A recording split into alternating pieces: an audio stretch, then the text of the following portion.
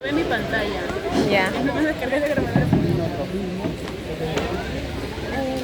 Vamos a dar inicio al capítulo de cardio. Y lo primero que vamos a ver es la parte del corazón. El corazón va a funcionar como un órgano que tiene que aspirar sangre y bombear sangre. Por lo tanto, hay dos funciones en lo que se refiere al trabajo del corazón. Uno, si bien quizás es el que le da más atención, es la función de bombear sangre, pero la otra función primordial también es que el corazón se pueda llenar de sangre. Generalmente nosotros por muchos años hemos estado viendo solamente la función sistólica de movilidad. Pero para poder entender bien la función sistólica debemos tener también una función diastólica adecuada. Si el corazón es prácticamente como si fuera un motor, en este caso tiene que bombear sangre. Si eso fuera igual, por ejemplo, a un motor que tiene que bombear agua, pues tan importante como es que este motor pueda bombear el agua, es que también se abastezca de agua. Pues en medicina por muchos años hemos estado viendo la función inotrópica, que es importante que se conoce, pero ya desde hace unos casi 10 años se le da tanta importancia a la sístole como a la diástole. Entonces, así como nosotros vemos que la sístole es importante, igual tiene que ser la diástole. Que supuestamente, el corazón trabaja en sístole y el corazón descansa en diástole. Eso no es así. El corazón funciona en sístole y en diástole, sigue trabajando. Porque ustedes que en la diástole consume menos energía y tradicionalmente se dice que el corazón en ese momento no está funcionando. Eso es una cuestión nada más didáctica, pero en realidad el corazón sigue gastando energía en menor cantidad en la diástole comparado con la sístole. Pues bien, el corazón es un conjunto de fibras musculares. Y todas estas fibras musculares van a trabajar con una sola unidad. A eso se llama sincicio funcional. Nosotros vemos que el corazón como un todo tiene que bombear sangre. Pero ¿qué cosa es el corazón? Es un conjunto de filamentos, de miofibrillas, de cardiomiocitos. Los cardiólogos hablamos mucho de cardiomiocitos, que es la célula cardíaca, que no es sino una fibra muscular, que en este caso es una fibra muscular que se diferencia tanto de la esquelética como de la fibra muscular lisa. Es un tercer tipo de fibra muscular, la del corazón, porque tiene muchas características propias de este corazón. Entonces, este corazón en general es el conjunto de una serie de fibras musculares, pero que todos hacen el mismo trabajo y tienen que hacer un mismo trabajo de forma coordinada. El corazón tiene las aurículas, tiene los ventrículos, ustedes lo han visto en la parte de anatomía. Muy bien, hay una coordinación entre la activación de las aurículas y la activación del ventrículo. Tiene que haber una coordinación, tiene que ser de forma ordenada, de tal forma que las fibras musculares, los cardiomiocitos, unos al lado de otros, tienen que trabajar en forma coordinada, generando lo que se llama esto, un sincicio. Y ese sincicio va a depender precisamente de lo que son las uniones o gapas.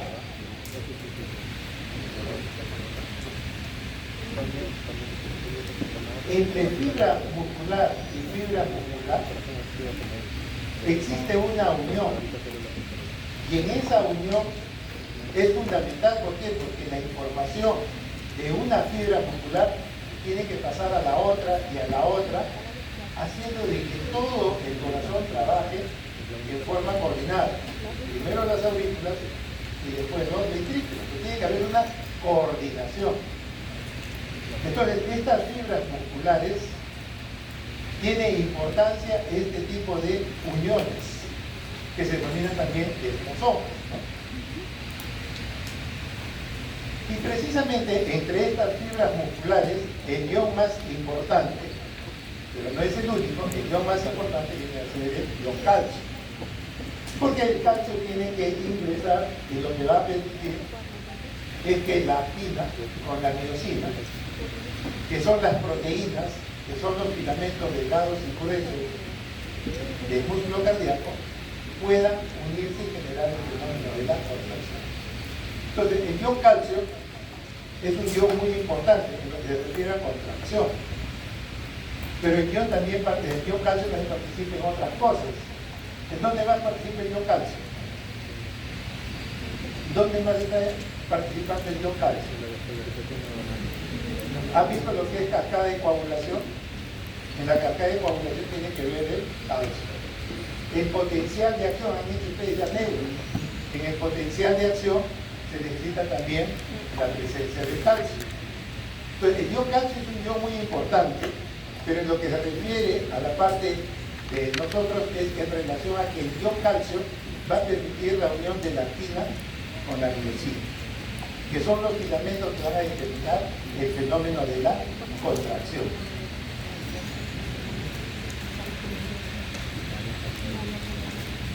Entonces, si uno ve en esa representación el ion calcio tiene que ingresar en determinado momento del potencial de acción. ¿Han hecho lo del potencial de acción? ¿En qué etapa entra el ion calcio al músculo? En la fase 2 o en la meseta, en donde se van a aperturar los canales de calcio y el calcio empieza a ingresar ingresa para cumplir una función importante, que es la contracción. Entonces, hay que correlacionar lo que sucede en el potencial de acción en relación precisamente a la fibra muscular. Entra en la fase 2 y va a ingresar al interior del cardiomiocito para permitir finalmente la unión de la actina con la miosina.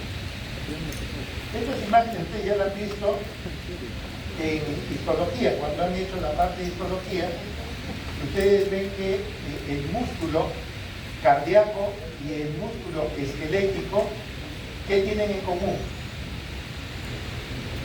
¿Cómo se dispone la actina y la miosina? Se dispone en forma ordenada, unos sobre otros. La actina se dispone unos sobre otros, que son los filamentos delgados, y después tenemos los filamentos gruesos, que es la miosina. ¿Estamos? Generando, ¿qué cosa? Una estriación transversal. Es transversal a la fibra muscular. Entonces ustedes van a tener, por un lado, la actina ordenada uno sobre otro, la miosina ordenada una sobre otra, y la actina, cuando se junta, va a dar una imagen que se denomina la banda clara o banda I. Mientras que la miosina va a generar lo que se llama la banda oscura, ¿o qué banda? La banda A. Entonces van a ver ustedes que a lo largo de toda la fibra muscular vamos a tener la disposición de la actina y la miosina en forma pues ordenada y en forma alterna. Vamos a tener discos claros o bandas I, discos oscuros o bandas A, y así en forma alterna, dando lo que se llama la estriación transversal. Entonces, en las imágenes ustedes pueden ver que en estas imágenes uno puede observar que esta es la banda clara, esta banda clara, esta es una banda oscura, esta es otra banda clara. Pero en la banda clara, en la mitad se va viendo qué cosa, una línea más oscura. Se denomina la línea Z. Z. Una línea Z y otra línea Z. El espacio comprendido entre una línea Z y la otra línea Z, ¿cómo se llama? La sarcómera. La sarcómera. Y la sarcómera es la unidad funcional y anatómica de la fibra cardíaca. ¿Estamos? O sea, si yo entiendo cómo funciona esta sarcómera, que es el espacio comprendido entre una línea Z y la otra línea Z, es decir, una banda oscura a la mitad de una banda clara y la otra mitad de la otra banda clara. Lo que sucede acá va a suceder en todas las sarcómeras. ¿Y qué cosa es una fibra muscular cardíaca? Un conjunto de sarcómeras. Por eso es que la unidad anatómica y funcional, dependiendo de cómo funcione esta sarcómera, funcionan todas. Y de esa manera va a funcionar todo el músculo cardíaco. De esa manera va a funcionar el corazón. Entonces, si nosotros tenemos este diagrama, esta disposición, esto es cuando el músculo está relajado o contraído. ¿Ah? También psicología. Eso es cuando el músculo está relajado. Cuando la sarcómera está relajada. Y cuando la sarcómera llega el calcio y con gasto de energía, la sarcómera se va a contraer. ¿Eso qué significa? Que la fibra se acorta en qué? En longitud y aumenta en grosor. El músculo al contraerse se acorta en longitud y aumenta en grosor. Entonces, cuando esa sarcómera se active, se contraiga, entre en contracción o en sístole, lo que va a pasar es que la banda ahí se va a desplazar sobre la banda oscura, tanto en este extremo. ¿Qué voy a conseguir con eso? Que la fibra se acorte en longitud. Y por otro lado va a aumentar el grosor, como vamos a ver más adelante. Pero ese es el fenómeno de la contracción de la fibra muscular cardíaca o de cardíaca. Si ustedes entienden cómo funciona una sarcómera, entienden cómo funciona todo el músculo, cómo funciona todo el corazón. Entonces, el corazón cuando funcione, cuando se activa, lo que va a hacer es que se va a acortar en longitud y va a aumentar el grosor. Así es como late el corazón.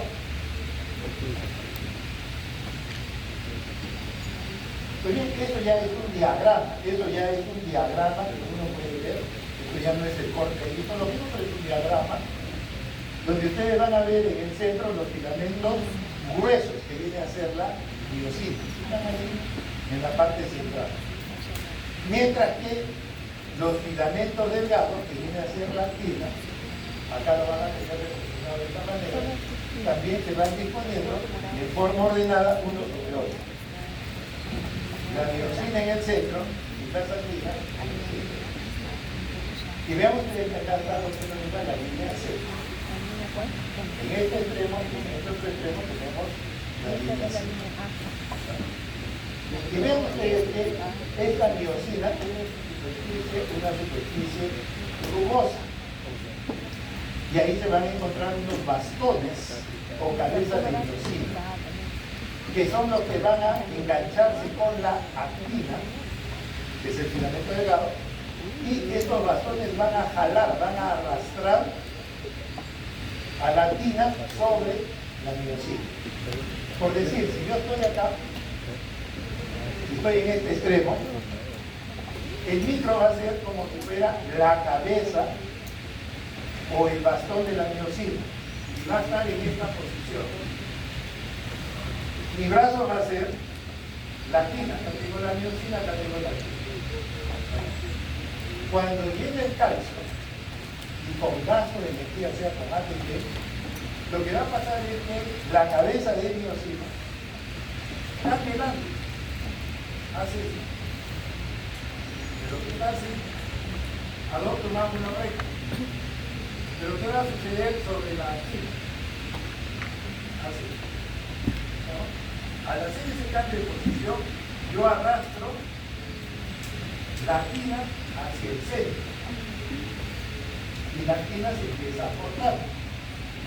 Pero vean ustedes que la cabeza, el bastón de la miosina está así. Cuando haga ángulo recto, va a crecer en amplitud. Por eso es que el músculo se acorta en longitud, pero aumenta en grosor. Si yo me voy a este otro extremo, voy a tener nuevamente la cabeza de la miosina en esta posición. Voy a tener acá la actina. Cuando llegue el calcio y con ATP, el ángulo de la cabeza cambia. Entonces, lo que voy a hacer es, voy a arrastrar a la actina sobre la miosina.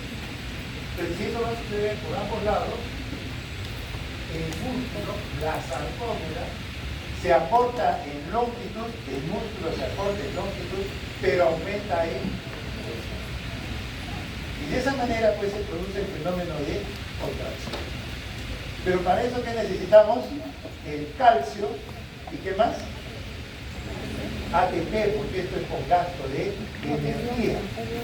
El ángulo del bastón tiene que cambiar, se gasta energía en eso. De esa manera es que vamos a tener el fenómeno de la contracción, la activación, la sístole, como ustedes decían llamarlo, en este caso del músculo. Entonces, la sarcómera, que más o menos tiene un promedio, un tamaño promedio de A2, es lo que ustedes ven allí, promedio de 2.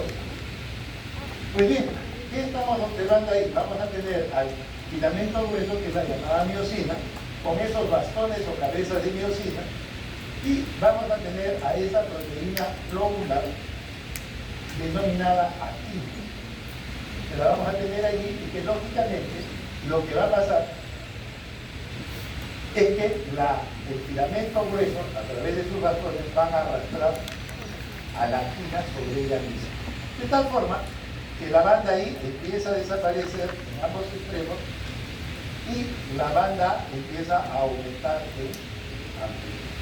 El músculo se aporta en longitud y aumenta en.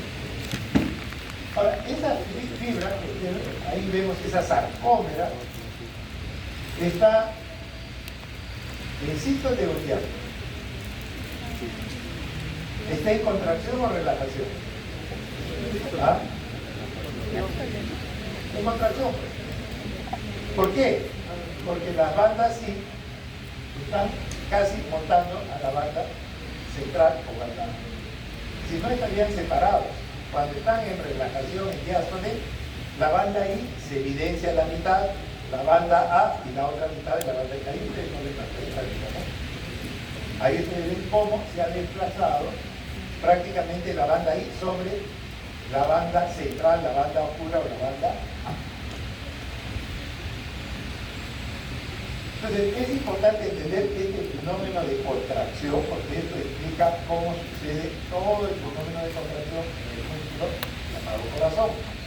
Lo que vamos a tener es que la banda oscura o la banda A, que es la miosina, es la que sirve de sustento a todo este músculo. Y lo que hace la banda I es moverse en un sentido u otro, acercándose si se activa o relajándose cuando ya el corazón deja de gastar energía y ya no tiene la presencia de ion. Muy importante ahí de la miosina son las cabezas o bastones de la miosina, porque ella solamente con cambiar el ángulo, pero para eso se necesita energía y en presencia del calcio, pues lo que hace es variar el ángulo. Ese solo hecho de variar el ángulo hace que la banda I se desplace sobre la banda.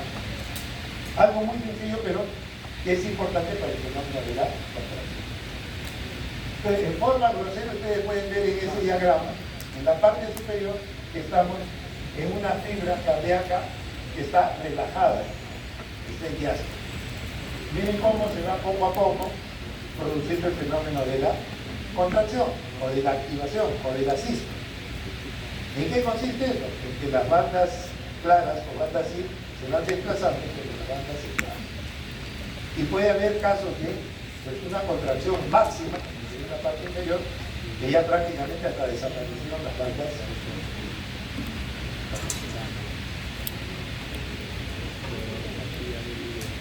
Pues bien, para que esta fibra muscular pueda trabajar, necesita que llegue el calcio. El calcio tiene que ingresar a través de determinados tipos de canales, los llamados canales de calcio, ¿sí?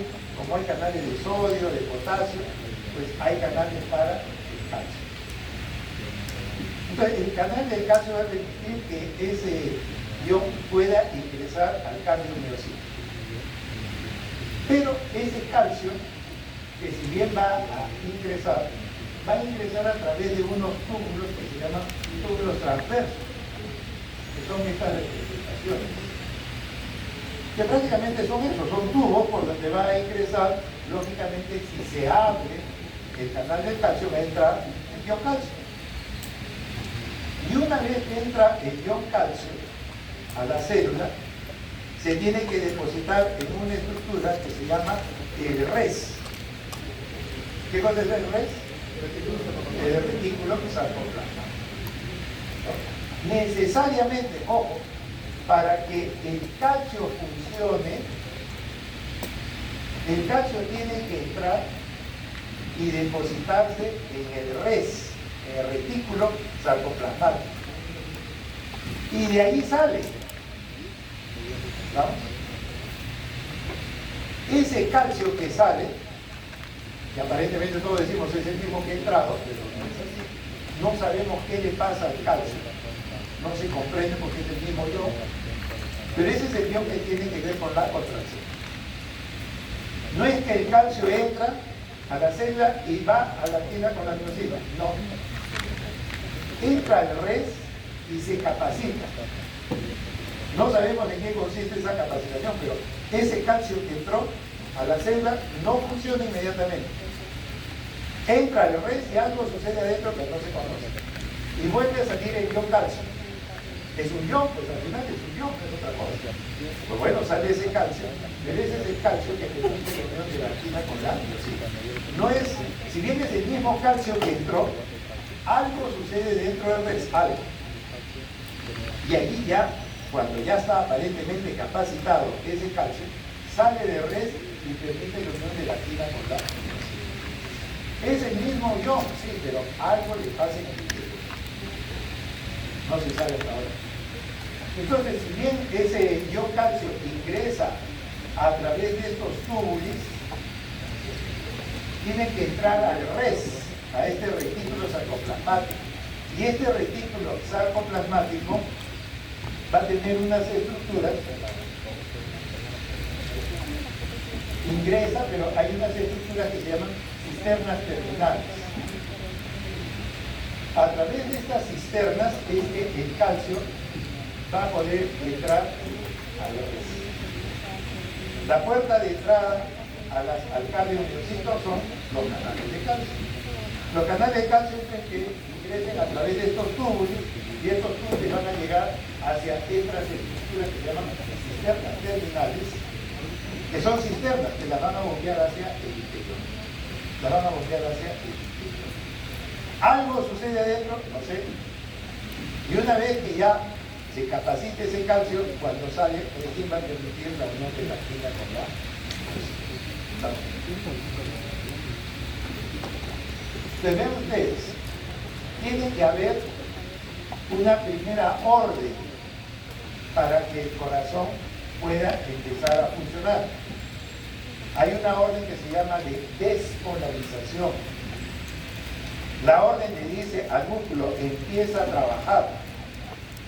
Esa orden es la despolarización, que a través de ese fenómeno de despolarización se van a abrir los canales de calcio.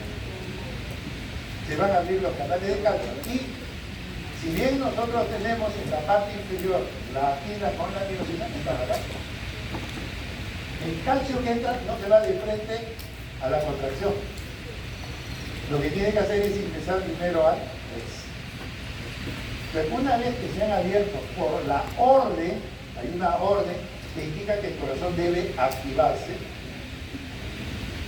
Y esa orden, cuando llega a cada cardiomiocito, los cardiomiocitos abren el canal del calcio y el calcio empieza a ingresar. Eso es lo primero que va a pasar. Pero ingresa al RES. ¿Vamos? Una vez que ya ingresó el calcio al RES, sale ya del RES el mismo ion calcio. Sale. Y ese es el calcio que va a ir a unirse a la actina con la miosina. Ese es el ion que va finalmente a generar el fenómeno de la contracción. O sea, es necesario de que ese cáncer primero vaya a res y después va a salir, va a poner la unión de la fibra con la cosita. Entonces vean ustedes que primero hay una orden de despolarización. ¿No? Hay una primera orden de despolarización para que el corazón trabaje. ¿Esa orden quién lo da? ¿Ah?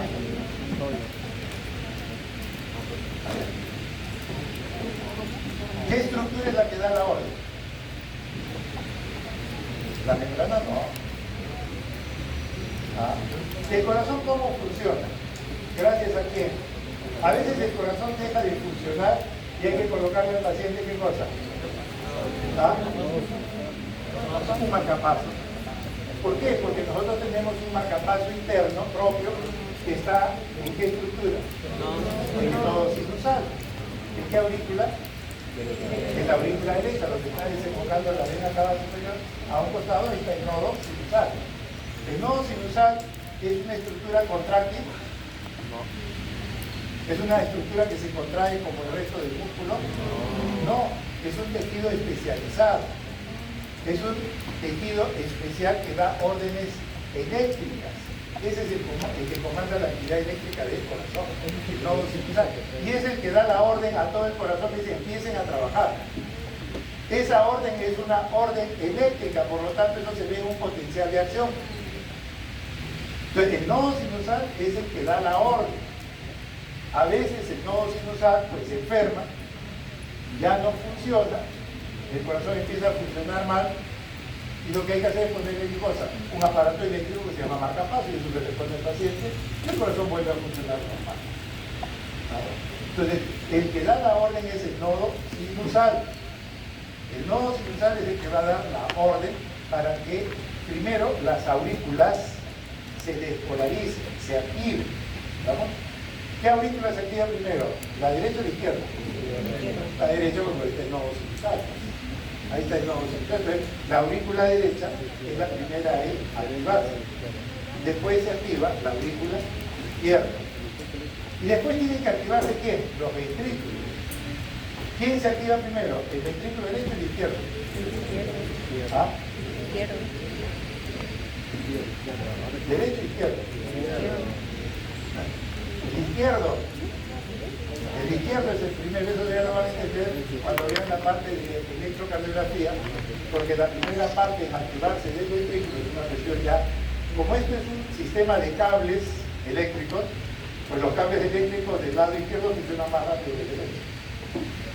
Si bien la aurícula derecha es la primera en activarse, porque ahí está el nodo sinusal, la activación del ventrículo está dado por el cable eléctrico que primero se ramifica en el izquierdo. Eso lo van a ver en la parte de electrocardiografía. Vean ustedes que la orden eléctrica, que es a través del potencial de acción, ¿vamos?, va a determinar que la fibra cardíaca se active, se despolarice. Entonces, cuando se despolariza una célula, debe ser la cardíaca, ¿qué canales se abren primero? Sodio. No, calcio no. Sodio. Lo primero que se activa son los canales de sodio, son los primeros en abrirse y el sodio va a ingresar a la célula. ¿Y después qué va a suceder? No tan rápido. Hay una pequeña bajadita antes de llegar a la meseta que es la fase 2. Hay una fase 1 en que se abren los canales de potasio para que el potasio empiece a salir y después cuando ya más o menos están en 0 milivoltios inmediatamente se abren los canales de calcio y allí es el calcio que va a entrar a la célula para que ésta se contraiga y pueda contraer, poder generar todo el fenómeno sistólico. ¿Vamos? Entonces, si es así, el nodo sinusal, ¿cuántos canales de calcio tendrá? El nodo sinusal, ¿cuántos canales de calcio tendrá? ¿Muchos o pocos? ¿Para qué tiene tantos canales de calcio? De poco. ¿Para qué necesito canales de calcio en el nodo sinusal? ¿El nodo sinusal qué hace? Eléctrica. La señal eléctrica no tiene nada que ver con el calcio. ¿No? ¿El calcio para qué se necesita? Para la contracción. ¿El nodo sinusal se contrae? No. Por eso es que el nodo sinusal, si bien tiene canales de calcio, lo tiene para otras cosas y en muy pequeña cantidad, porque no es una célula contráctil. El nodo sinusal no se contrae. Lo que hace qué cosa es como una llave eléctrica, prende y apaga, prende y apaga. Por eso es que no necesita canales de calcio para la contracción, porque estas células del nodo sinusal no se contraen, no se contraen. ¿Dónde sí hay canales de calcio? En los cardiomiocitos, pero no en el nodo sinusal. El nodo sinusal es solamente el sistema eléctrico, prende y se apaga, da la orden y se apaga. Para eso no necesita calcio, para eso no necesita calcio. Lo usa para otras cosas en pequeña cantidad, pero no es para contraer. Lo importante que tiene el nodo sinusal es un tejido especializado. Ahí se encuentra la unidad eléctrica del corazón y es el que da la orden ¿para qué? Para que el corazón se active, para que el corazón se despolarice. ¿Y en qué consiste? Se abren primero los canales de sodio, el sodio entra y después ya empieza el fenómeno de la repolarización, fase 1, 2, 3 y 4. En esa fase 2 coincide que el calcio va ¿en dónde? En las fibras cardíacas. No, en las fibras cardíacas. Y yo necesito ese calcio para el fenómeno de la contracción. Muy bien, entonces, esto es cómo funciona. Pues vean ustedes la relación entre lo que es la orden eléctrica. Para eso lo uso, para que puedan entender. Una cosa es la orden eléctrica, la actividad, la excitación, la orden eléctrica, y después eso va a generar un fenómeno mecánico, de contracción.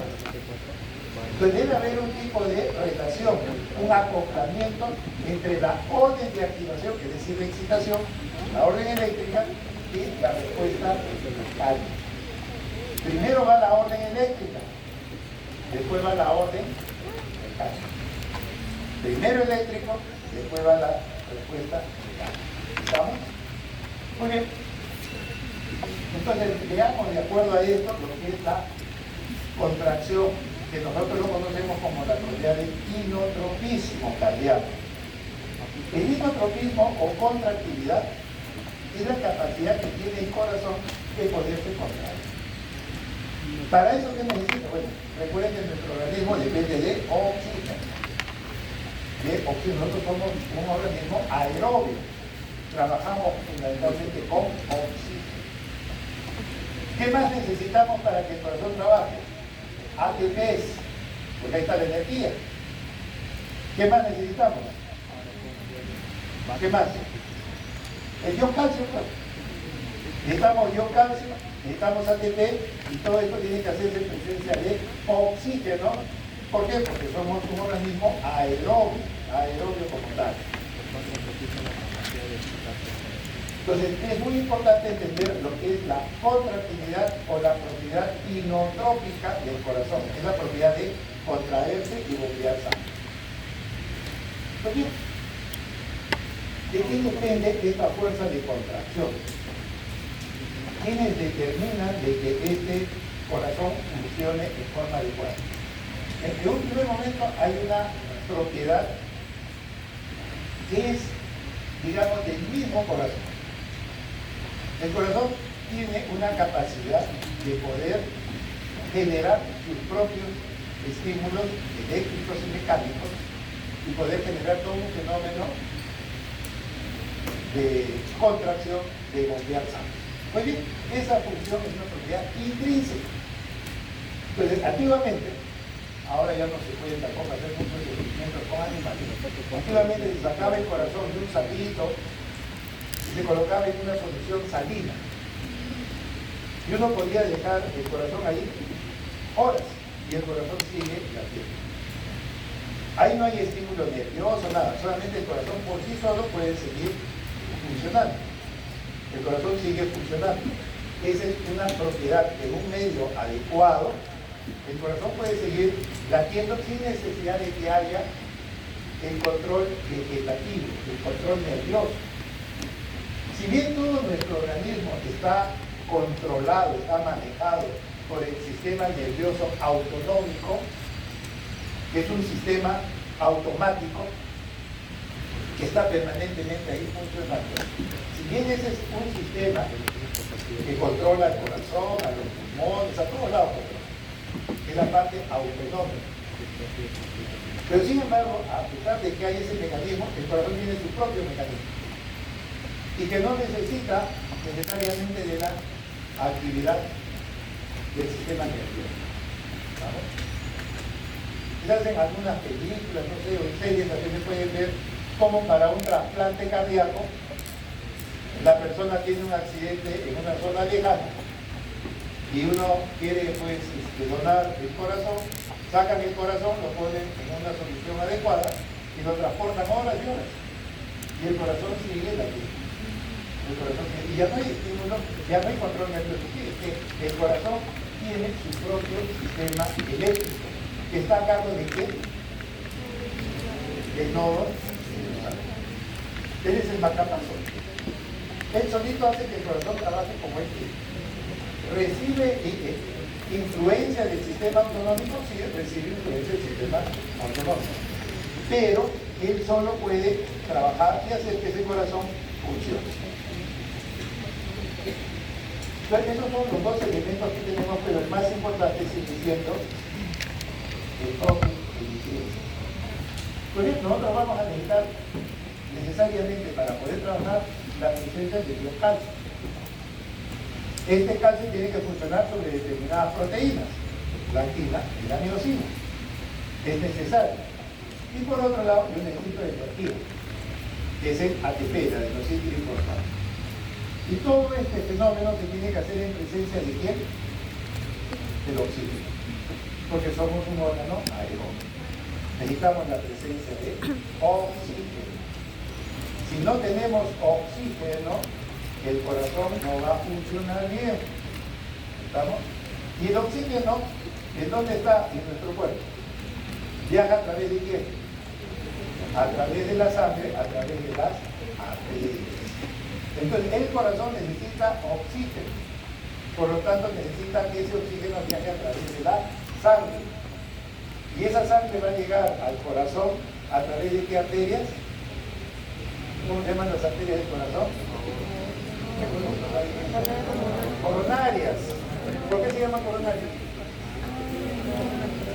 ¿Ah?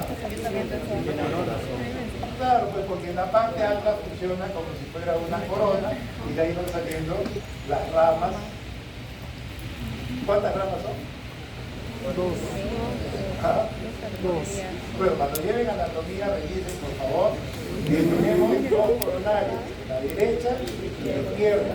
Y la izquierda rápidamente se divide en dos: la descendente anterior y la coronaria que va hacia la zona circunfleja. La coronaria izquierda se divide en la descendente anterior y la circunfleja. Mientras que la coronaria derecha va por el otro lado del corazón.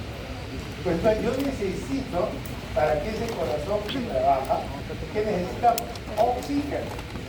Y el oxígeno me llega a través de las coronarias, a través de las arterias. Pues bien, el mundo moderno se ha encargado de esas arterias se obstruyan por el problema de la aterosclerosis. Y entonces, producto de que las arterias se están obstruyendo, la cantidad de sangre que va a llegar al corazón va a ser menor. Y si llega un momento en que ya no pasa la sangre, eso le puede dar a la persona que cosa un infarto. El infarto puede ser en el cerebro, puede ser en el pulmón, puede ser en el riñón. Pero cuando sucede en el corazón, no pasa. Esa es la diferencia del infarto en otros sitios. Cuando es en el corazón, no pasa. Pero vean ustedes lo necesario que es el oxígeno, porque nosotros somos un órgano aeróbico y el oxígeno está en la sangre viajando al corazón a través de las arterias coronarias. ¿Estamos? Pues, lo que vamos a tratar de desarrollar, porque esto es lo más importante, el sistema autonómico vegetativo lo único que hace es le dice al corazón funciona y punto, eso es todo. En cambio, el sistema, el mecanismo intrínseco, lo estudiaron dos profesores que dan esta ley de Frank Stark. Esta ley de Frank Starling, como son dos personas, Frank no es el nombre de Starling, es más bien Otto Frank y Ernest Starling, son dos personas que trabajan y sacan esta ley, que es la ley de Frank Starling. ¿En qué consiste esta ley de Frank Starling? Bueno, lo que dice esta ley es lo siguiente: la sangre entra a los ventrículos y los ventrículos tienen una característica, tienen una estructura de cierta elasticidad. Las fibras contráctiles que están allí, que son las paredes, tienen una capacidad de llenarse de sangre. Entonces esas fibras se empiezan a estirar. Poco a poco se empieza a llenar el ventrículo de sangre y esas paredes se empiezan a estirar. Dependiendo de cómo se estira, pues al terminar de entrar la sangre, una vez que ya terminó de entrar la sangre, ese ventrículo, todo lo que se ha estirado, vuelve a su posición normal. Y al volver a su posición normal, ¿qué hace? Vuelve a la sangre. Entonces, esto es como si fuera un elástico, ¿ya?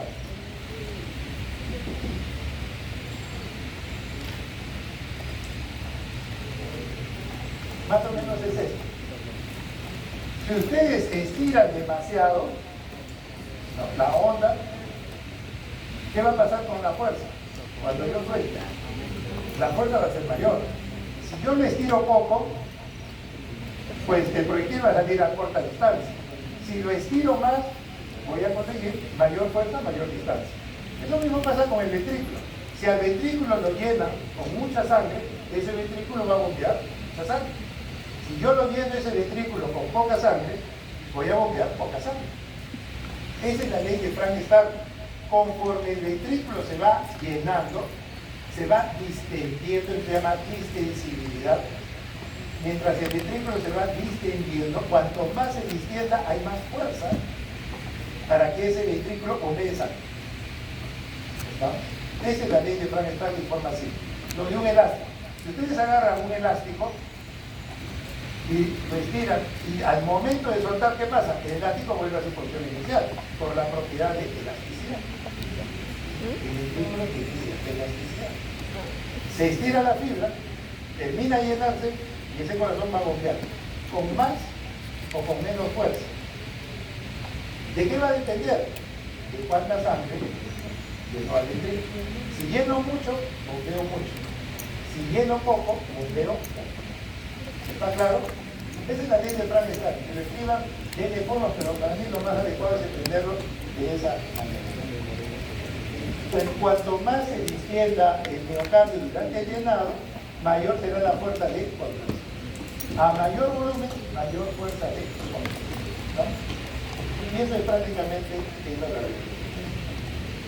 Vean ustedes. Por un lado, yo tengo que ver cuánta sangre llena el ventrículo. Y de acuerdo a eso, yo voy a ver cuánto de sangre bombea el ventrículo. ¿Estamos? Entonces, dependiendo de cómo se llena el corazón, vamos a ver cómo bombea el corazón. El llenado del ventrículo, ¿en qué momento ocurre? ¿En sístole o en diástole? En la diástole. Y dependiendo cómo funciona la diástole, va a funcionar ¿qué cosa? La sístole. Por eso es lo que decía al principio. Antes todos pensábamos en sístole, ahora pensamos que la diástole es tan importante que la sístole. Tan importante como el corazón tiene que bombear, también el corazón tiene que llenarse, tiene que descansar. ¿Estamos? Si ustedes quieren hacer un trabajo, también tienen que pensar en descansar. Si no descansan, ¿qué van a trabajar? Pues van a trabajar mal. El corazón pasa lo mismo. Si el corazón no se llena bien, va a trabajar mal. Tan importante como la sístole es la diástole. ¿Estamos? Entonces vean ustedes, ahí lo que estábamos tratando de mostrar es que si yo lleno el ventrículo con 80 mililitros, si yo lleno ese ventrículo con 80 mililitros, voy a conseguir que ese ventrículo bombee 50. Recuerden que siempre va a quedar un volumen residual, que sería 30. 80 que lleno, 50 que bombeo y quedo con 30. Nunca el ventrículo se puede quedar vacío, porque hay aire, no se puede. Siempre hay sangre que queda, es el volumen residual. Si en cambio yo bombeo con 100 mililitros, estoy llenando con más sangre. ¿Qué estoy consiguiendo? Bombear ahora 60 mililitros. Y si lleno con 120, que es la cifra pues, que usamos en forma didáctica, si yo lleno el ventrículo con 120 mililitros, voy a conseguir bombear 70 y me quedo con un volumen residual de, que son las condiciones normales y fisiológicas. Pero ustedes ven de que conforme yo voy aumentando el llenado, estoy bombeando más. ¿Verdad? Estoy bombeando más. Entonces, ¿qué pasa si yo un elástico lo estiro y lo suelto? Esa es su posición inicial. Si lo estiro más, con más fuerza, vuelve a su posición inicial. Lo que pasa si lo estiro demasiado, ¿qué puede suceder? Rojo el elástico. El corazón no puede darse ese lujo de romperse. Entonces, esta ley de Frank-Starling tiene un límite. No es una recta inexorable que asciende, no, es una curva. ¿Para qué? Para protegerse de no dañarse el corazón. Para protegerse que el elástico no se rompa, pues. Entonces hay un límite, que más o menos es 150 milímetros. Hasta ahí es lo que puede el corazón llenarse y funcionar la ley de Frank-Starling. Vean ustedes que nosotros lo que estamos correlacionando, ¿qué cosa es? El trabajo diastólico con el trabajo sistólico. Hay una relación entre ambos, entre lo que me lleno con 120 y lo que bombeo que es 70. Y que eso va a describir una curva que significa la función del corazón. Es una curva, no es una recta inexorable que asciende, no, es una curva que tiene un límite. Entonces, dependiendo de cuánta sangre viene al ventrículo, vamos a tener un volumen de eyección oscilatoria. Las etapas del ciclo cardíaco se dividen en tres partes. Lo que se llama al inicio, protodiástole, a mitad de la diástole, mesodiástole, y al final de la diástole, telediástole. ¿En qué momento el ventrículo está totalmente lleno de sangre? No al inicio, no en la mitad, sino al final. Pues lo que nos interesa es el volumen telediastólico.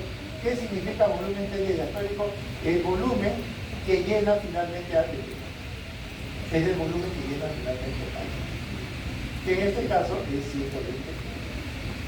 Con esos 120 yo estoy consiguiendo que el corazón esté bombeando pues 70 y que le quede un volumen residual de 50. Bueno, es decir, nosotros lo que estamos asociando es el llenado con el eyección.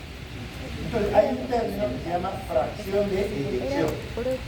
Fracción de eyección, ¿qué significa? Lo que yo bombeo en relación a lo que yo me estamos viendo la fracción de expulso de sangre. No expulso todo, es una parte. Entonces, la fracción de eyección, ¿qué cosa es? Es una relación de lo que yo bombeo versus lo que se llena. Entonces, si yo bombeo, por decir 70, pues la fracción de eyección será 70 entre 120, y con eso me lleno. Esa división de lo que yo bombeo versus no llenado, esa es la fracción de eyección, que es la verdadera función del ventrículo. Y que debe ser por encima del 55%. Ese es lo normal. El corazón debe bombear por encima del 55%. ¿Vamos? Si bombea menos, es un corazón insuficiente, no cumple su función. ¿Vamos? ¿Y hasta cuánto podría bombear? ¿Puede bombear 100%? ¿Por qué no puede bombear 100%? Porque si bombeo todo, el ventrículo, ¿con qué se queda? Con aire. Y eso no se puede, porque bombeamos aire, es una embolia. Entonces, el ventrículo tiene una capacidad de bombear que va más o menos entre un 55 hasta un 75, 80%. Que el deportista puede llegar incluso hasta 85%.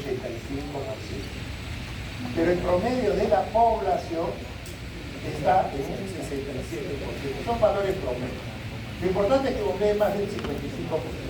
Pero nunca el ventrículo va a llegar sobre 100, ¿verdad? Uy, pero 100 es mucho, yo estoy en 60, porque el promedio no es sobre 100. El promedio en general es 67 y el corazón va entre 55 a 75, máximo 80, y en los atletas puede llegar hasta 85%. ¿Estamos?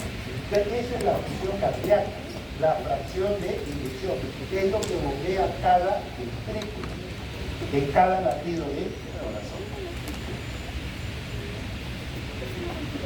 Entonces, esa es la fracción de inyección, lo que yo bombeo versus lo que no hay. ¿Está bien? Ahora, si bien eso es lo que bombea el corazón en cada latido, a mí me interesa saber cuánto bombea el corazón en un minuto. Eso lo hacemos en relación a una unidad de tiempo, un minuto. Y eso se llama gasto cardíaco. Es la cantidad que el corazón bombea en un minuto. Yo sé que en cada latido, ¿cuánto debe bombear? 70 mililitros. En cada latido, el ventrículo izquierdo debe bombear 70 mililitros. Ese es el ventrículo izquierdo. ¿Y el derecho cuánto debe bombear?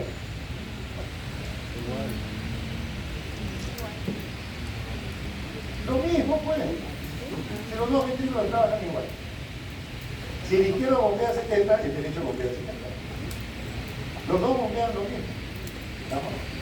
Entonces, el ventrículo va a bombear 70 mililitros en cada latido. ¿Cuántos latidos más o menos tenemos en un minuto? ¿Ah? El promedio es 70 latidos por minuto. Si en cada minuto bombeo 70 mililitros, yo tengo un promedio de 70 latidos por minuto, pero en cada latido estoy bombeando 70 mililitros. Pues si yo multiplico por 70 por 70, ¿qué me va a dar? 400. Eso que representa los 5 litros de sangre que tenemos. Es lo que bombea en cada latido. 70 mililitros por 70 latidos, pues 70 por 70, 4.930 más o menos en promedio, 5 litros de sangre. El corazón bombea en un minuto todo el volumen de sangre que tenemos en el cuerpo. Los 5 litros de sangre que tenemos en el cuerpo circulan por el corazón en un minuto. Y eso es lo que se llama pues gasto cardíaco. El gasto cardíaco. La cantidad que el corazón bombea en una unidad de tiempo que se denomina minuto. Y si quiero hacerlo por superficie corporal, lo tengo que dividir todo en superficie corporal. Y a eso se llama pues índice cardíaco. Índice cardíaco es cuando yo lo tengo que ver sobre el metraje de la persona, su superficie corporal. Que es más o menos 3 litros por minuto por metro cuadrado. Pero generalmente más usamos el término de gasto cardíaco. Ahora, ¿de dónde obtenemos la energía? Pues la energía en el organismo, nosotros lo vamos a obtener no de la glucosa,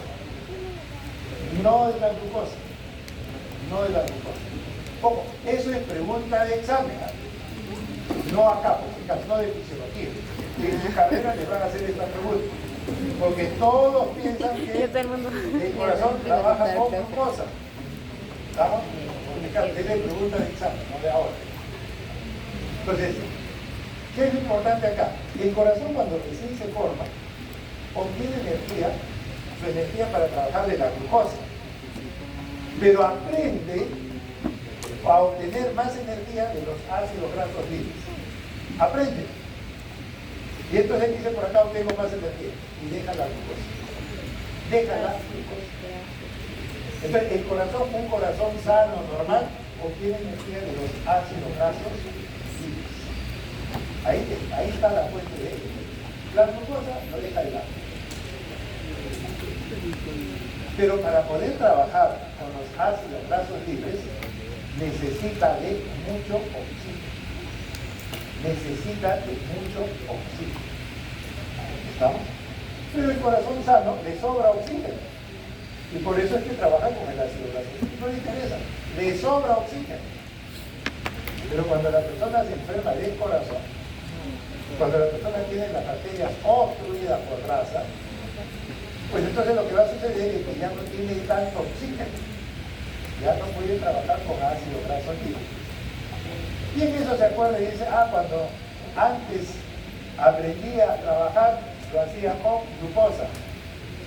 Cuando la persona ya está enferma, usa la glucosa como fuente de energía. ¿Estamos? No se olviden de eso. El corazón sano trabaja con ácido graso libre, y ahí lo tiene esa tendencia. Pero cuando se enferma, cuando ya falta oxígeno, ya no abunda tanto el oxígeno, tengo que usar la vía de la glucosa. Tengo que usar la vía de la glucosa. Eso es pregunta de examen, ¿eh? En fin, por este caso, ya eso ya se lo voy diciendo. Entonces, este es un esquema para que ustedes vean que un corazón ojo normal, yo voy a obtener los ATPs de quién. Tengo la glucosa, pero tengo los ácidos grasos libres. Como soy un corazón normal, uso ácidos grasos libres. Oye, usted está gastando mucho oxígeno, no me importa porque me sobra. ¿Estamos? El corazón trabaja con ácidos grasos libres. Es normal. Pero ¿qué pasa cuando me vuelvo isquémico? No hay ya tanto oxígeno, ya no hay tanta sangre, ¿qué hago? Tengo que aprender a ahorrar.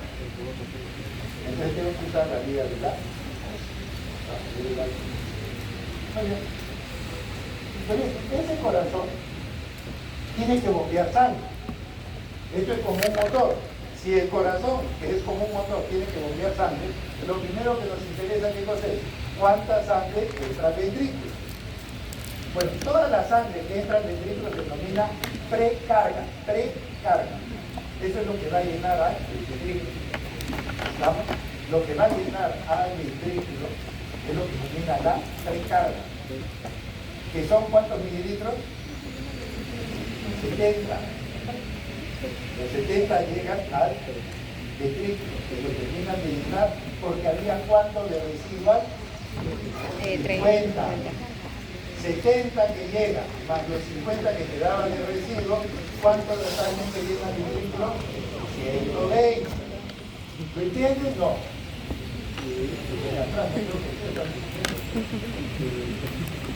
Están llegando 70 y se mezclan con los 50 que ya hay de residual. Por lo tanto, el ventrículo se llena con 120. De esos 120, ¿cuánto bombeamos? ¿Cuánto bombeamos? Entonces, ¿qué cosa es lo que viene a ser la precarga? La cantidad de sangre que llena al ventrículo. ¿Cuánto debe ser? En convenciones fisiológicas, 70 litros. Pues bien, con esos 70 mililitros que van a llenar al ventrículo, esos 70 mililitros, ¿qué genera en el ventrículo? Que el ventrículo haga qué cosa? Que utilice la ley de Frank-Starling, que active la respuesta inotrópica. Dependiendo de cómo se llena, se va a generar la respuesta inotrópica, el inotropismo. Entonces, una vez ya que el ventrículo ahora, producto de la ley de Frank-Starling, así lleno de sangre, tiene 120, va a bombear 70, pero esos 70 van a tener que salir. ¿Y sale hacia dónde? ¿Hacia un tubo hueco? No. Sale hacia el sistema circulatorio, donde está toda la sangre. Pues la sangre que yo estoy sacando tengo que bombearla a través de arterias que están llenas de sangre, no son huecos, no son tubos huecos. Entonces, cuando yo trate de sacar la sangre del ventrículo, me voy a encontrar con una fuerza que se opone a que la sangre salga. Y eso se denomina la postcarga. ¿Estamos? A eso se denomina la postcarga. A eso se denomina la postcarga. ¿Y qué es la postcarga? Son todas las fuerzas que se oponen a que la sangre salga del ventrículo. ¿Estamos? Entonces, si yo puedo agrupar todo lo que les he dicho ahora, la función del corazón de bombear sangre depende primero de la precarga, depende de la fuerza inotrópica y depende de qué más, de la postcarga. Producto de estos tres elementos es que finalmente yo voy a tener la cantidad de sangre que va a salir del ventrículo. En un minuto se denominará gasto cardíaco. El gasto cardíaco depende de tres variables: precarga, postcarga y la respuesta, ¿no? Precarga, respuesta inotrópica y la postcarga. Producto de eso es que se denomina el gasto cardíaco. ¿Estamos? No, la precarga lo pueden definir como quieran, pero la conclusión es precarga es todo lo que llena así. ¿Qué es postcarga? Todo lo que se opone a que la sangre salga. La mayor fuerza está dada por la resistencia vascular. Es la resistencia vascular, es la principal fuerza que se opone a que la sangre salga. Cuando la sangre trata de salir, estas arterias de mediano y pequeño calibre se opone a que la sangre avance. Esa resistencia que tiene la sangre para avanzar a través de estas arterias de mediano y pequeño calibre se denomina vascular. Esa es la resistencia vascular periférica. Resistencia vascular periférica. Esa es la mayor representación de la postcarga. Todo lo que se opone a que la sangre salga. Sí.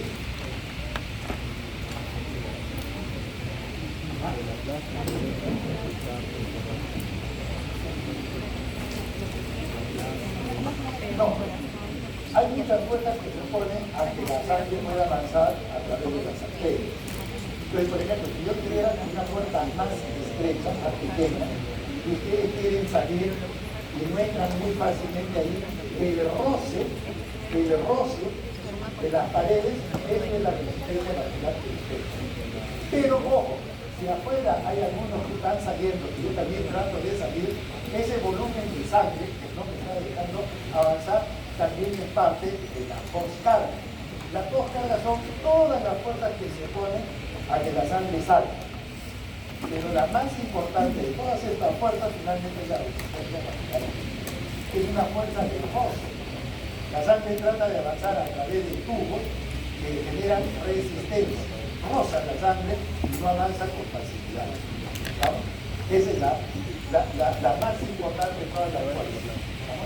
La resistencia vascular. Pues bien, Laplace, este francés, lo que dijo fue esta ley, la ley de Laplace, que tiene que ver con la tensión, el estrés que tiene que sufrir las paredes del ventrículo, y que esto es directamente proporcional, primero, a la presión que hay dentro del ventrículo, por el radio, qué tan lleno está de sangre el ventrículo, qué tan pequeño es el ventrículo en ese momento, o sea, el radio multiplicado por la gradiente de presión entre dos veces lo que es el grosor de la pared de base del ventrículo, de la pared del ventrículo. Bueno, al final la ley de Laplace es lo opuesto a la ley de Frankenstein. Frankenstein le dice, me lleno más, bombeo más. En cambio acá yo tengo que luchar para sacar la sangre. Conforme la resistencia sea mayor, tengo que hacer mayor esfuerzo, nada más. Cuanto menos resistencia, hago menos. Nada más es la fuerza de la ley de Frankenstein. Vamos a verlo por acá. La ley de Frankenstein tiene que ver con la precarga, mientras que la ley de Laplace tiene que ver con la potencia. Es lo más fácil. Son fuerzas que se oponen. Son fuerzas que se oponen. Entonces, el gasto cambiando, ¿qué cosa es? El volumen de inyección de cada latido multiplicado por frecuencia cardíaca. 70 por 70 nos da 4.900 y tanto 5 litros de eso. El volumen multiplicado por la frecuencia cardíaca, ¿verdad? La totalidad. Pero el volumen de inyección, el volumen sistólico, ¿de qué depende? Depende del llenado ventricular, depende de la fuerza contráctil y de la resistencia a la salida de sangre. El llenado ventricular, ¿qué cosa es? La precarga. Entonces, la contractilidad es la respuesta inotrópica. Todo lo que se opone a que la sangre salga se denomina contractilidad. Entonces, si ustedes ven eso, la precarga, la cantidad de sangre que entra al ventrículo va a depender de cuánta sangre tenemos, cuánta de esa sangre va a regresar a cuánta sangre tenemos y cuánto de eso finalmente regresa. Mientras que la fuerza inotrópica va a depender finalmente del estado de la fibra. Actina, oxina, oxígeno, ATP, calcio. Y finalmente, la postcarga fundamentalmente estaba por la resistencia vascular. Finalmente, lo que ustedes van a ver es que el trabajo del corazón depende de quién, de la sístole y de la presión. Tan importante como es la sístole, tan importante es la presión.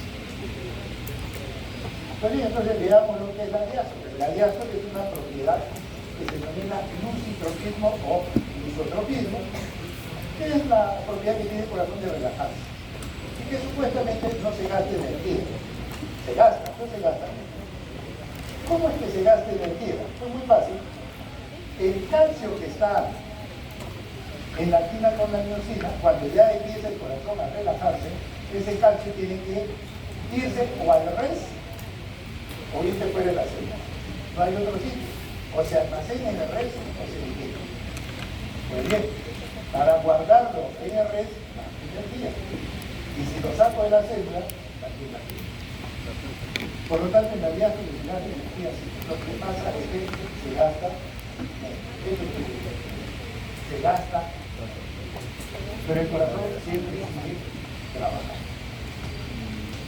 Pues de esa forma hemos visto tanto la función sistólica como la función. Y ustedes, como les decía, quieren hacer algún tipo de actividad o trabajo, también depende de que ustedes descansen. Si no, no van a poder trabajar, ¿no? Pues lo mismo pasa en el corazón. El corazón para poder trabajar necesita llenarse de sangre para moverse. La sístole y la diástole están muy relacionadas. Para tener una buena sístole debo tener una buena diástole. Muy bien, hasta ahí. ¿Hay una pregunta? ¿Está claro? Muy bien, entonces vamos a seguir ahora. Un 4 litros. Con el ciclo cardíaco. 4 y medio. Sí. Pero con sus usando de ¿cuántos slides tiene? Bueno, esto es fácil y rápido, de control, en 5 minutos vamos a tratar de hacer lo más claro de lo que es el ciclo cardíaco. Bueno, esta es la imagen que ustedes encuentran en todos los libros del ciclo cardíaco. Ay, ¿qué es eso? Si ustedes entienden eso, entienden el 75% de todo lo que es la hemodinámica del corazón. No es nada muy difícil. Lo que sucede es que ahí ponen lo que pasa en el corazón derecho con el corazón izquierdo. Si yo pusiera solamente un lado del corazón, pero bueno, por tratar de hacerlo más complejo, no sé, ponen las dos cosas en el corazón. Lo primero que ustedes deben entender es que lo que pasa en el corazón derecho igual pasa en el izquierdo. ¿Cuánta sangre entra al ventrículo derecho? ¿Cuánto bombea? ¿Cuánto es el volumen residual? En el otro lado. Prácticamente lo que pasa en un lado pasa en el otro. Hay una diferencia así en el tiempo. La auricular derecha se activa el pecho izquierdo. El ventrículo izquierdo se activa el pecho derecho. Pero el fenómeno es el mismo. El fenómeno es el mismo. Si ustedes entienden un lado y entienden el otro, no es nada complicado. ¿Estamos? Muy bien. Entonces, el ciclo cardíaco, todos los fenómenos que ocurren cada vez que el corazón genera un latido.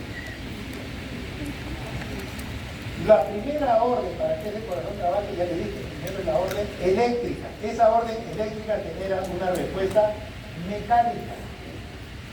Esa respuesta mecánica que es de contracción y de relajación va a generar gradientes de presión. Donde se contrae va a haber más presión, donde se relaja hay menos presión. Si yo generé una gradiente de presión, ¿qué va a pasar con la sangre? La sangre se mueve. La sangre se mueve por gradiente de presión. La sangre se mueve de más presión a menos presión. Esto es así de fácil. Pero tiene que haber una gradiente de presión. Y eso se genera como respuesta de la contracción o la relajación, producto de una orden eléctrica.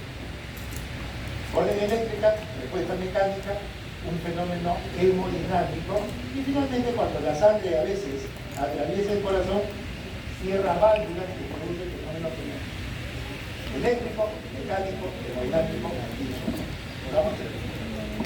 Muy bien.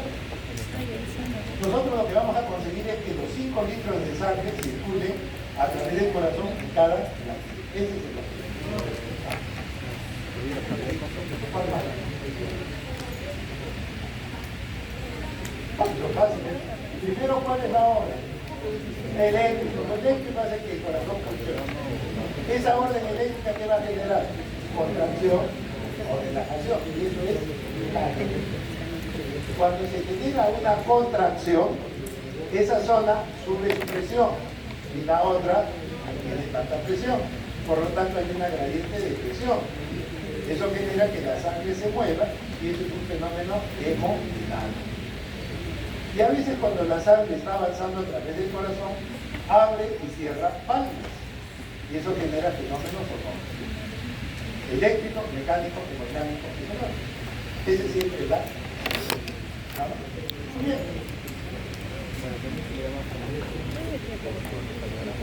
Vean ustedes la cantidad de veces que el corazón late. Y sigue latiendo. Para una persona más o menos de 60 años, miren el número de latidos que ha tenido la persona. Lo extraordinario que es el cuerpo humano. Muy bien. Nosotros vamos a trabajar entendiendo que todo lo que es sístole es contracción, todo lo que es diástole es relajación. Todo lo que es sístole es activación, lo otro es descanso. No es nada difícil establecer. Bien. El corazón, cuando bombea sangre, ¿quién realmente trabaja? ¿Trabajan las aurículas o los ventrículos? Los ventrículos. Las aurículas son receptores de sangre, no trabajan casi nada. El que trabaja es el... Por eso es que todo el ciclo cardíaco está en relación con quién? Con el ventrículo. Todo el ciclo cardíaco va a estar en relación al ventrículo. Las aurículas no ayudan. Pues bien, yo quiero que el ventrículo bombee sangre. ¿Qué es lo primero que tiene que pasar en ese ventrículo? Llenarse de sangre. Yo quiero que bombee sangre. ¿Qué es lo primero que debe pasar? Que se llene de sangre. Entonces, 3 conceptos nada más para que tengan presente. Todo lo que es sístole es contracción, ¿no? Todo lo que es diástole es relajación, repolarización. Todo lo que pasa en un lado del corazón en el otro. Y finalmente, la sangre solo se mueve sin caliente. Es la única forma. La sangre va de más presión a menos presión. Entonces, empecemos con la primera etapa. Yo quiero que el corazón bombee sangre, pero ¿quién? Todo el ciclo va a estar en relación al ventrículo.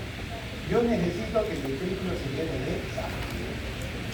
Yo necesito que el ventrículo se llene de sangre. Este es un fenómeno diastólico. El corazón está relajándose, está en diástole. Yo quiero que este ventrículo se llene de sangre. Para que se pueda llenar de sangre, ¿qué debe haber? ¿Qué debe haber para que la sangre pase en la aurícula ventrículo? Debe haber una gradiente de presión, en donde la aurícula va a tener más presión y el ventrículo menos presión. ¿Está claro?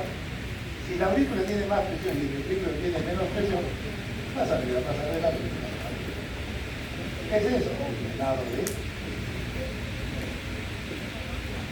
Pero vean ustedes, ¿qué va a suceder? Primero, la presión en la aurícula tiene que ser mayor que la del ventrículo, ¿cierto?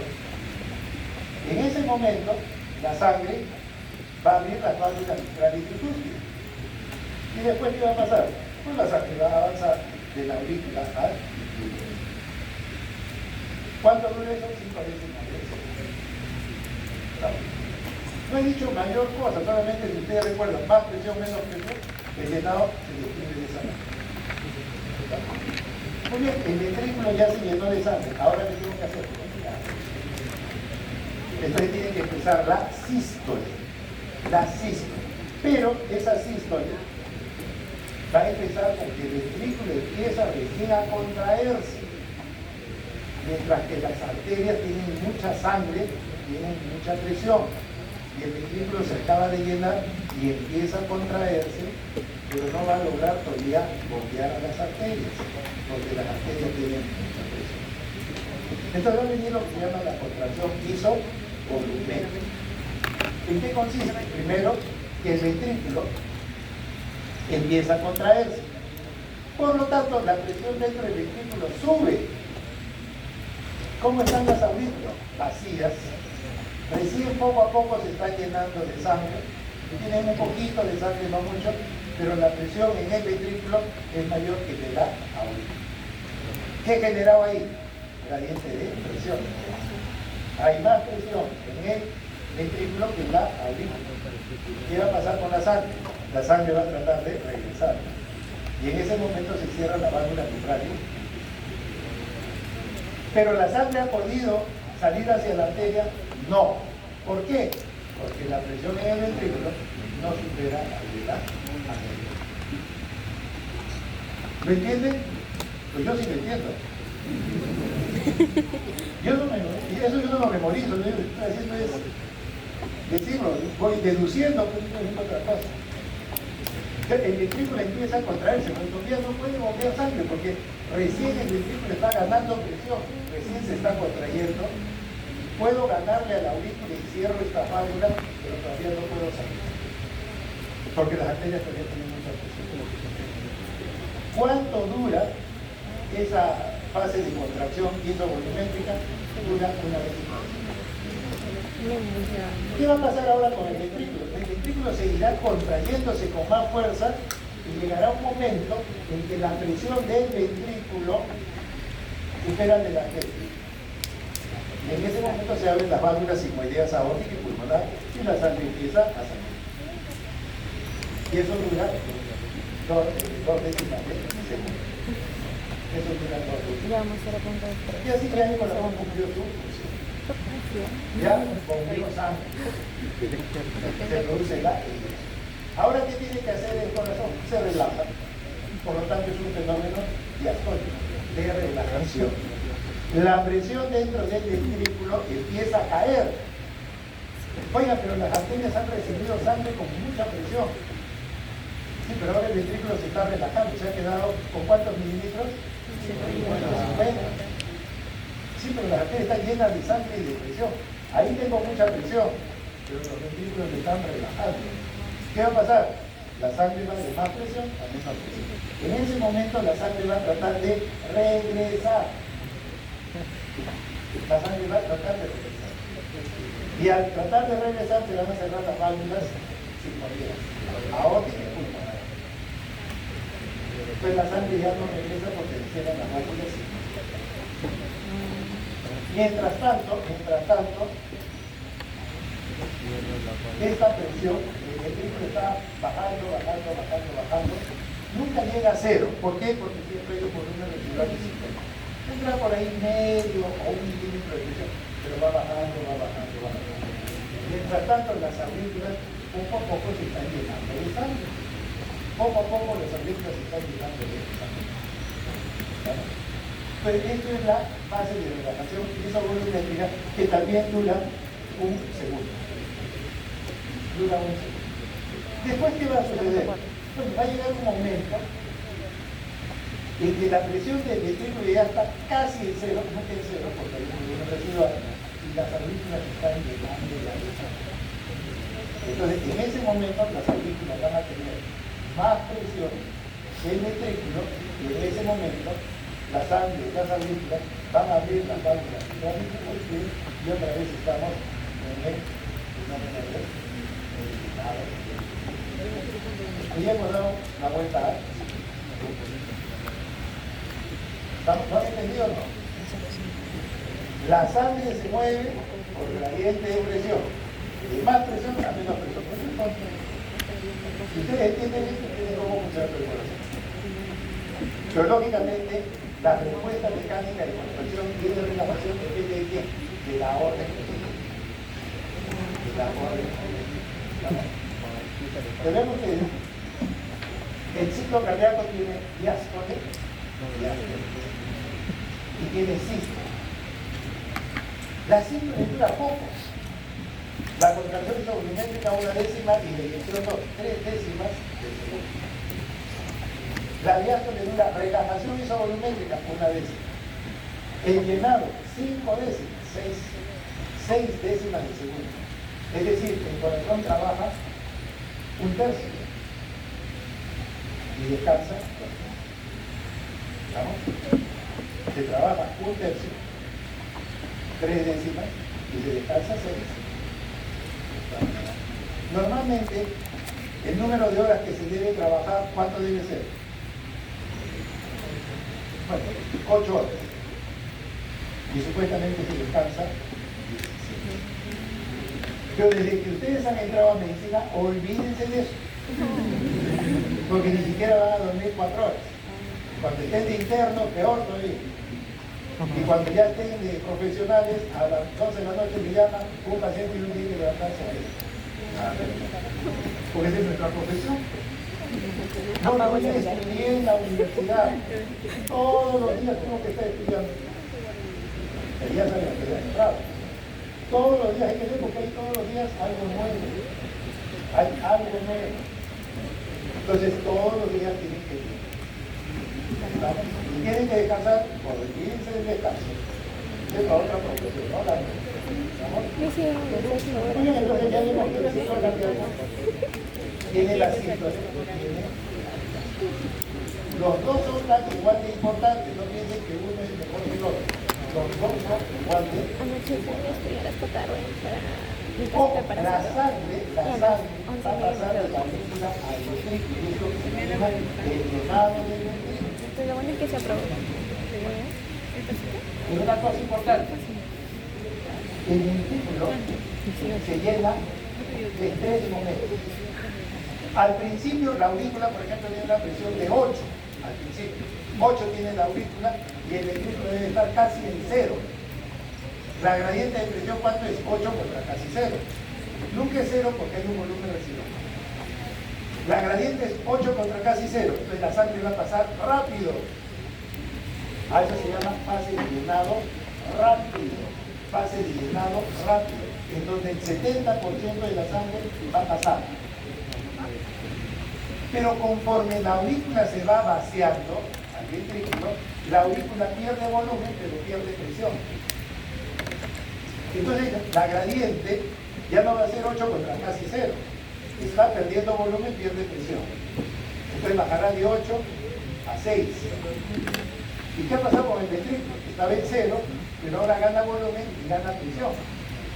Entonces ahora resulta que es 6 contra 4. Ahora la gradiente ya no es 8 contra 0, es 6 contra 4. La gradiente de presión es pequeña. ¿Qué va a pasar con la velocidad de la sangre? Empieza a disminuir. Fase de llenado lento o diastasis, que corresponde más o menos a un 10% de volumen. Después de ese momento, la aurícula está en 5 y el ventrículo está en 5. ¿Se mueve la sangre? No.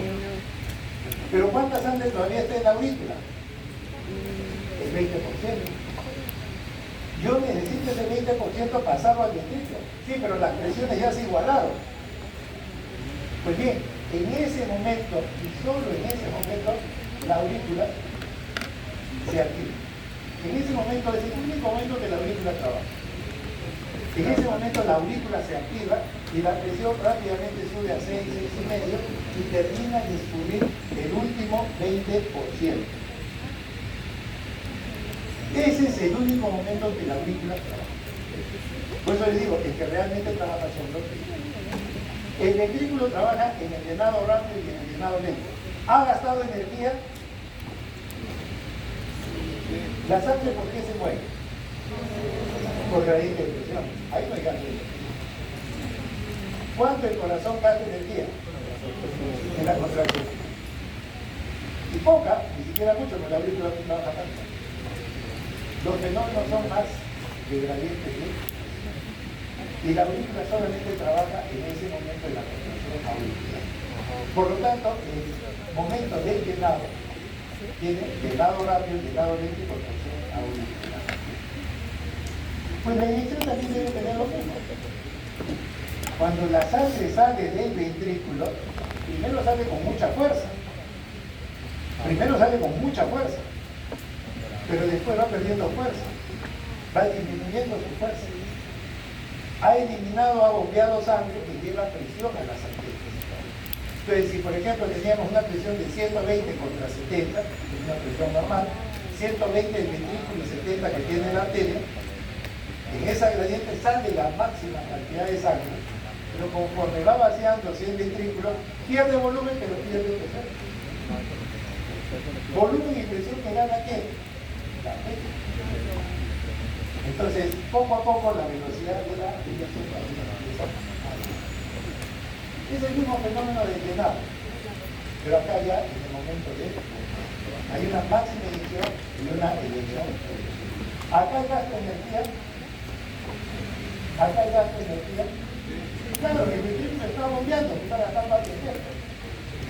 Acá no hay gradiente de difusión que se mueva solamente por el acá hay ventrículo con fuerza que está haciendo que se alcance esta presión. Mientras que el otro era nada más una cuestión. Entonces vamos que finalmente para poder entender esto, yo tengo como poco a poco el ventrículo de 50 si viene a 120, pero está para el lado de una vez que se llenó, el ventrículo empieza a contraerse, pero tiene que iniciar una presión por debajo de 120. Entonces para eso empieza la contracción isotrópica. Llegará un momento en que la presión supera al de las arterias. Y una vez que ya se produjo la eyección, el corazón se relaja. Tiene una forma diferente de representar el ciclo. Muy bien, entonces, recuerden que hay una secuencia. Primero eléctrica, mecánica, termodinámica. Primero viene la orden eléctrica de despolarización. Después va a venir la respuesta mecánica. El cuerpo se va a contraer y entonces se va a generar una gradiente de presión. Y cuando la sangre atraviese las válvulas va a generar ruido eléctrico, mecánico, termodinámico. Siempre va a ser el mismo orden. Ya bien sea en la sístole o ya bien sea en la diástole. Siempre va a ser el mismo orden. Primero la orden eléctrica, mecánica, termodinámica.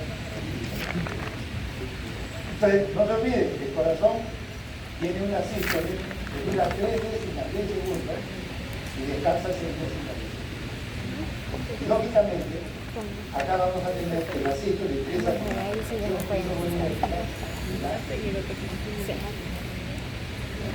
la diástole empieza con la relajación isovolumétrica, drenado rápido, drenado lento. Eso es lo que hemos visto. Ahora agreguemos el electrocardiograma, que lo van a meter dentro. El electrocardiograma es la orden eléctrica. Entonces, si yo quiero de que este ventrículo pueda funcionar, pues tengo que tener una secuencia de forma adecuada. Y entonces, lo primero que activa todo el circuito es la activación auricular que determina la contracción de la auricular. Ojo, la activación eléctrica tiene que ser un poquito antes de la figura mecánica. Primero está la onda P, que indica la activación de la aurícula. Después vamos a tener la activación del ventrículo, justo antes que empiece la sístole.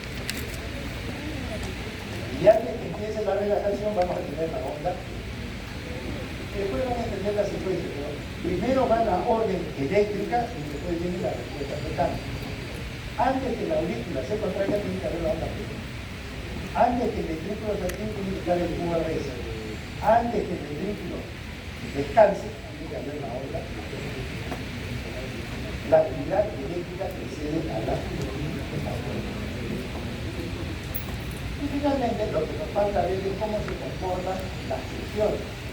Por ejemplo, en el ventrículo, una vez que el ventrículo ha terminado de vaciarse totalmente, trata de llegar a cero, pero nunca llega a cero. Después viene el llenado rápido, el llenado lento o diastasis. Y después viene la contracción. Así se llenó el ventrículo. Una vez que el ventrículo está lleno, se produce la contracción de todo lo que necesita la inyección. Termina de enviar sangre y luego ahí. No es nada difícil.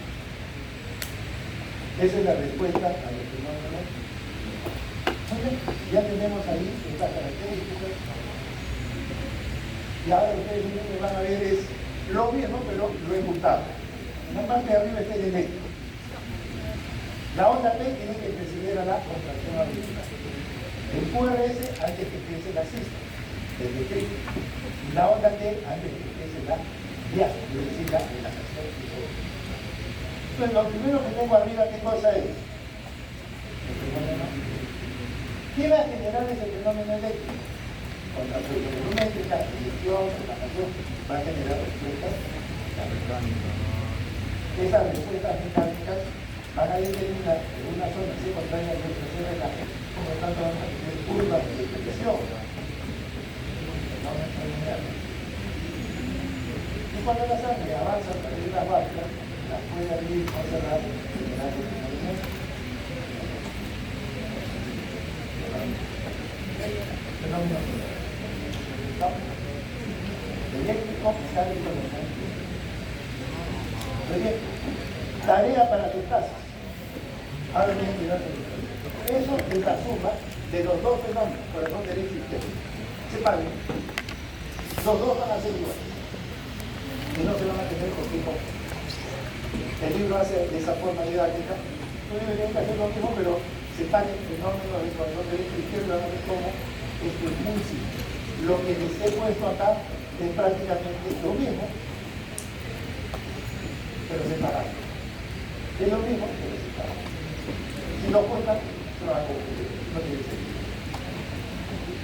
¿Estamos? ¿Está claro? Pues yo lo entiendo. Yo lo entiendo. Bueno, no hay preguntas. Nos vemos.